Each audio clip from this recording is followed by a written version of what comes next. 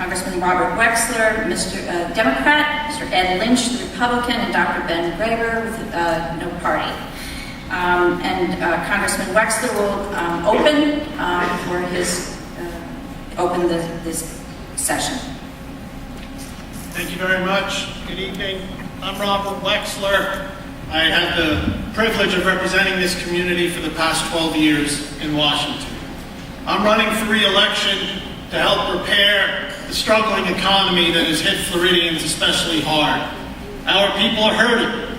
Our joblessness rate, our home foreclosure rate is too high. It's higher than the national average.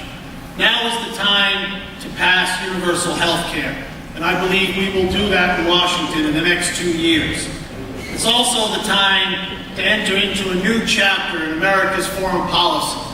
It's time to bring our troops home responsibly from Iraq. It's time to refocus our efforts on our true enemies in Afghanistan and in Pakistan. I have been a champion for veterans because I am privileged to represent so many World War II, Korean, Vietnam, and other veterans. We need to increase yet even more their health care benefits. Thank you. We have a lot to do.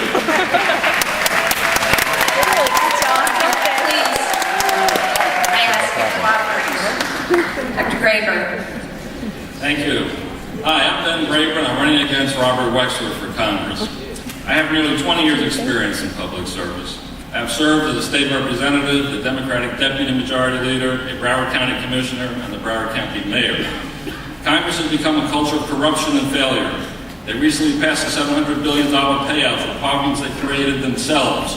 Greed and lobbyist control has contributed to this culture of corruption that has put the public in a no-choice position once again. I do ask your cooperation, please. This must stop now. The lobbyists and special interests control both parties. Robert Wexler, unfortunately, is part of that problem. To get back on the right track, we need to change the members of Congress. The economy is in shambles. We're still fighting Bush's war in Iraq that Wexler voted to support. Wexler wanted only half of our primary votes to count, and he made sure that didn't change. I promised to bring our troops home, bring our jobs home, become energy independent while protecting our environment, protect our veterans, secure our borders. I'm Ben Graber. Thank you. Thank you very much. Please understand that each time you break out into applause in the middle of your candidate speaking, you're limiting the amount that they can say. So you're really just shortening their ability to express themselves. So I appreciate your cooperation in holding those applause. Mr. Lynch. Thank you, Alyssa. I'd like to take this opportunity to thank the League of Women Voters for this beautiful event that we have here today, and I'm humbled to have the opportunity to share with you this evening. I'm a semi-retired businessman from New Jersey, entrepreneur, some say, but the title I'm most proud of is father.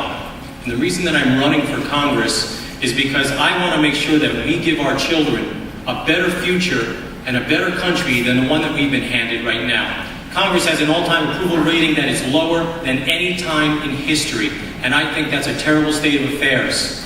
You know, if partisanship is bad, bipartisanship is twice as bad. And I think it's time that we send a serious message to those politicians in Washington that believe that Washington their opportunity to be in Washington is a taxpayer-funded party. The party is over, and it's time that we take back our government and put it back in the hands of the people because we know what to do with it. Thank you.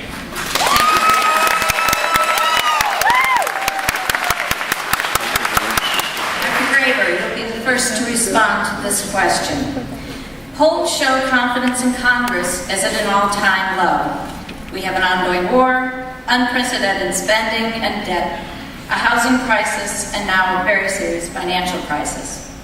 What role has Congress played in bringing us to this point, and what needs to be done to restore the confidence of the American people?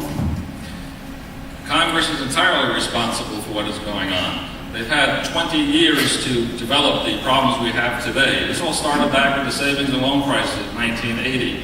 It continued when we started to have these economic balloons and bubbles forming. We've had one bubble after another. We've had the latest bubble, of course, as you know, was the mortgage crisis. It was the Congress that persuaded Fannie Mae and Freddie Mac to push mortgages, subprime mortgages. It was the Congress people themselves who called them to push it. The principals of Fannie Mae and Freddie Mac made millions of dollars before they resigned. This crisis continued to occur. In 1999, it was the Clinton administration, backed by the Bush administration, by Republicans in that administration, who eliminated the safeguards from the Great Depression that allowed us to expand the gambling that has occurred on Wall Street and has put us all in jeopardy today.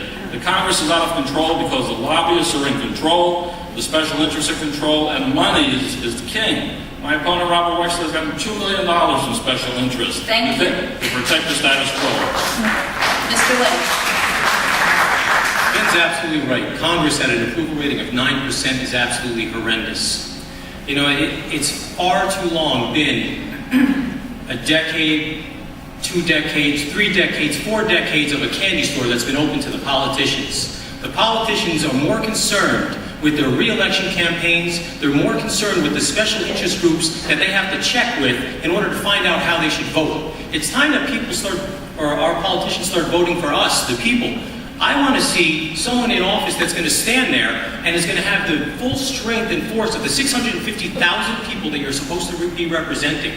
When you stand up there and you say, and you have your voice heard, it's the voice of the 650,000 people, and it is not the voice of the lobbyists that you've been getting money from. You're sitting there waiting with your hands out, just hoping that they're going to give you enough money that you can vote against a bill or vote for a bill. And this has got to stop. The partisanship in Washington is absolutely horrendous. We need to stop the wasteful spending. We need to take care of the things that we need to take care of. Thank you.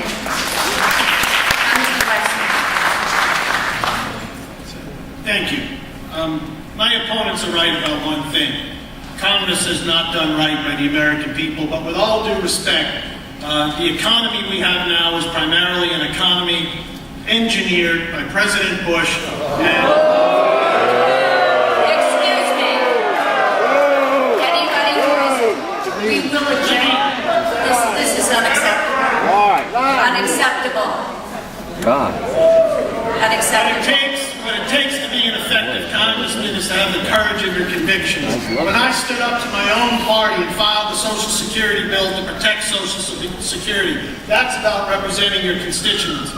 When I voted this week to protect people's retirement accounts, their pension funds, their savings accounts, to put on executive compensation, that took courage, as did the other members of our delegation, because we've got to prevent this economy from falling totally over the cliff. I've been a fighter to end this war in Iraq responsibly. I've been a fighter for the veterans in our community, for health care. That's the kinds of things we need to do proactively to help us meet. Thank you.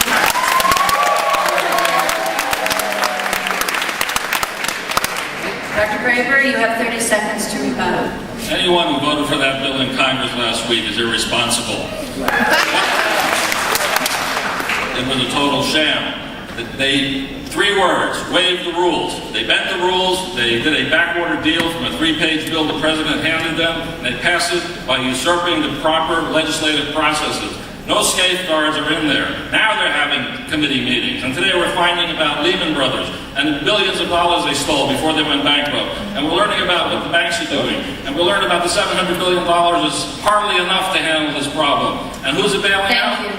Not the right people. Thank you, Dr. Graber. Mr. Lynch, you have 30 seconds to rebuttal.